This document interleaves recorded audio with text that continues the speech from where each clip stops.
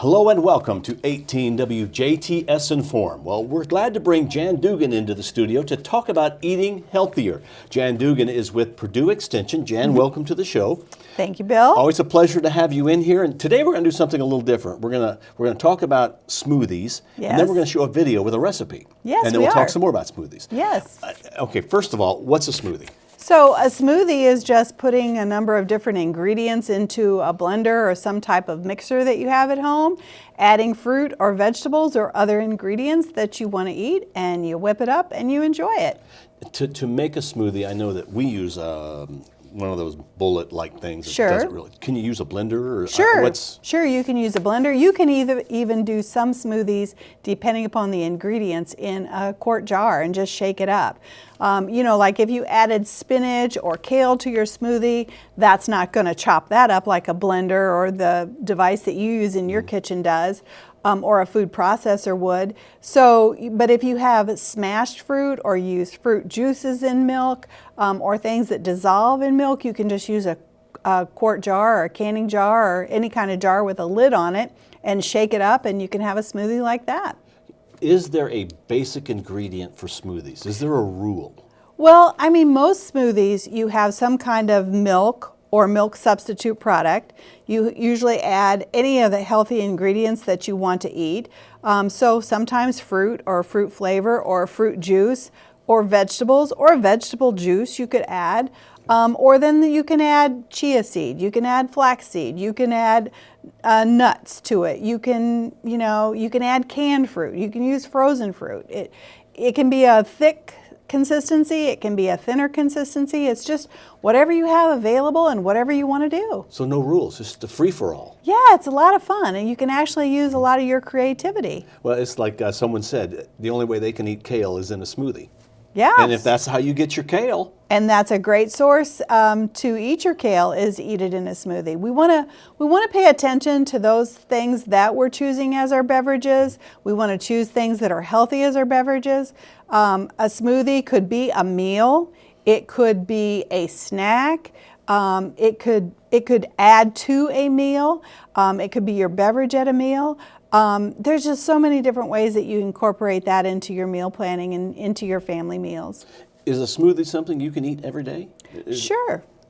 You could have a smoothie every day. I would strongly encourage that you vary the ingredients that you put in your smoothie so that you're getting lots of different colorful fruits and vegetables if you're using those in your smoothie. We do recommend that if you're using milk, we'd like for you to use low-fat milk. If you're using a milk substitute such as almond milk, we want you to be sure to check the ingredient list to see what's in that substitute milk product that you're using, so you're getting your vitamin D and you're getting your calcium that you need every day to grow strong bones. Okay, and now let's watch this video, which Okay. is a recipe. Yeah, it's a smoothie, a quick and easy smoothie that you can do. It's one of our Purdue Extension kitchen clips. A kitchen clip from Purdue University. We'll be back to talk more in just a moment.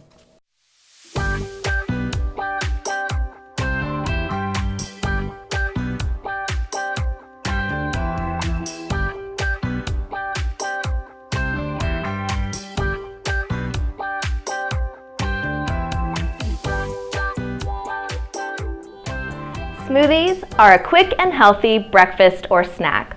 All you will need to make your smoothie is fresh fruits and vegetables, a base such as milk, 100% fruit juice, or water. You will also need an ingredient to thicken up your smoothie for just the right consistency. Today, I have chosen ice and oats. You can also add cinnamon, honey, or herbs for a little extra flavor. Another thing I love about smoothies is the variety of options that you can add, such as flax seeds, chia seeds, or vitamin powders.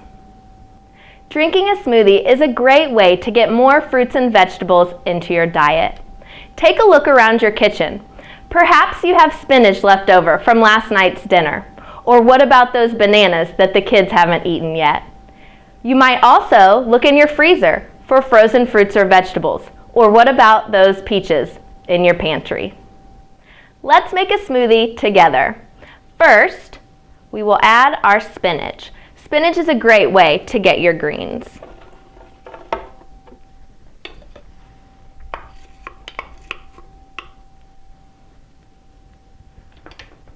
Next we have a fresh banana. I love bananas. They come in their own package.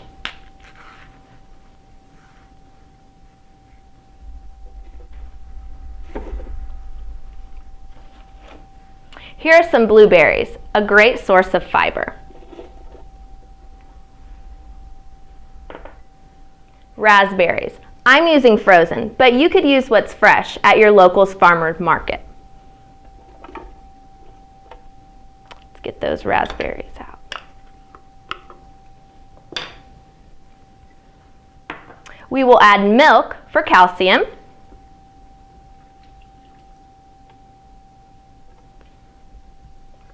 Last but not least, we have oats and ice to thicken up your smoothie.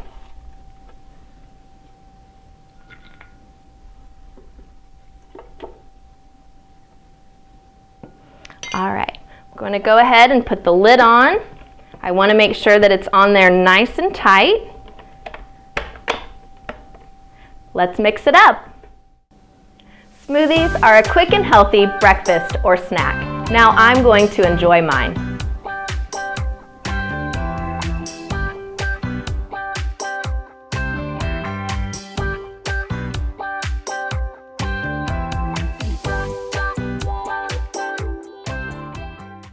Well, there you go, a recipe on how to make a smoothie. And like we talked prior to the video, it's kind of a free-for-all. You do what you want. And now that it seems like frozen fruits and vegetables are so easily purchased at a grocery store, you can buy that and always have that in your freezer. And one thing to think about when you're making smoothies at home, if you use a frozen fruit or frozen vegetable, then you might not have to add ice to it to get it to the consistency that you like. But if you use fresh, then you might have to add some ice cubes to that smoothie to get it a little bit thicker. And you know, some people like their smoothies thicker than others. So, you know, do you want to eat it with a spoon or do you want to drink it with a straw? That's really a personal preference. You could use yogurt, couldn't you? Sure. Could you use yogurt as the dairy substitute, Yes. or is that something in complement? Yes, you could use yogurt as the dairy part of the smoothie. And that works really, really well. And you still might want to add a little bit of ice. It just depends. It's just a way that you can experiment in the kitchen and create some of your own recipes and some of your own smoothie ideas. The kitchen clip that we saw really showed how you can add vegetables and fruits because it had spinach in it, it had blueberries, raspberries, a banana, it had some milk. She even added some old-fashioned oats, and that will help thicken it, plus you're getting a little bit of whole grains in there. She used some sweetener to sweeten it. You can use honey, you can use agave, you can use sugar. If you have a stevia plant at home and you're fusing the leaves into water, you could add one of those ice cubes into your smoothie to sweeten it. So there's lots of ways you can add that little sweet touch. And sometimes when you make a fruit smoothie, you don't need to add any sweetness at all. It's sweet enough. I think it's interesting that you can really make a very good smoothie mixing a vegetable and a fruit and just experiment a little bit here and there. Yeah, and the color, who knows what color it's going to be, right? A lot of times for me it's purple because for some reason I put blueberries in it and that gives that purple color. Sure, that would. All right, well, Jan, thank you very much for coming in. Well, thank you, Bill, and I hope everybody watching is going to try a smoothie at home. Try a smoothie at home. It's an easy, healthy way to eat. Jan Dougan has been our guest. We thank you for watching WJTS. We're local people watching local people.